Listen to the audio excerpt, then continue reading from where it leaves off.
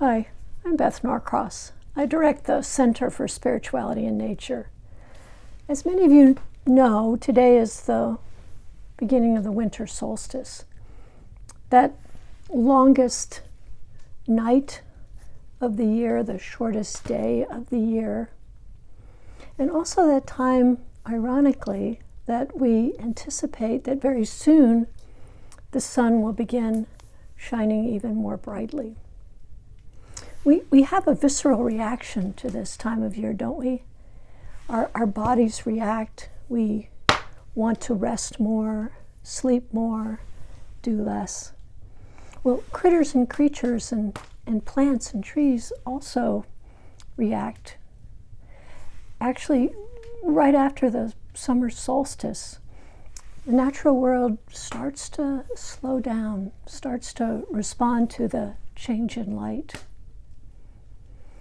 Interestingly, though, it's not the length of the day that triggers the changes. The slowing of the growth, the slowing of reproduction, the leaves changing, the move toward dormancy. It's actually a protein called phytochrome, and it responds not to the length of the day, but the increasing length of the night. That's the trigger. The increased darkness cues the natural world to start changing. I find myself wondering if there's some spiritual wisdom in this for us as well. What does this increasing darkness trigger for us spiritually? Of course, darkness is difficult and challenging for many of us.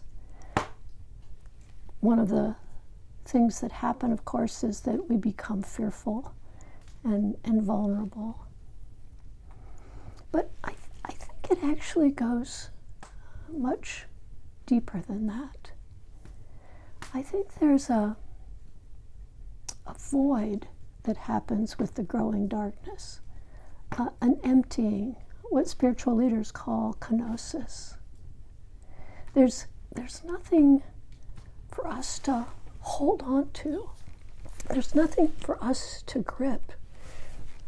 There's just a void.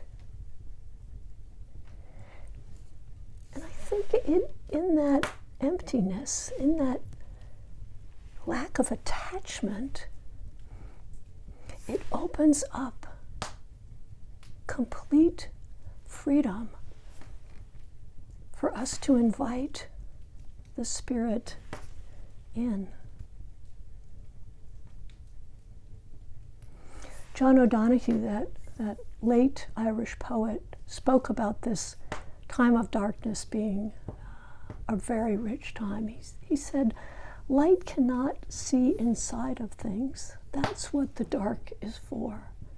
Minding the interior, nurturing the draw of growth through places where death in its own way turns into life."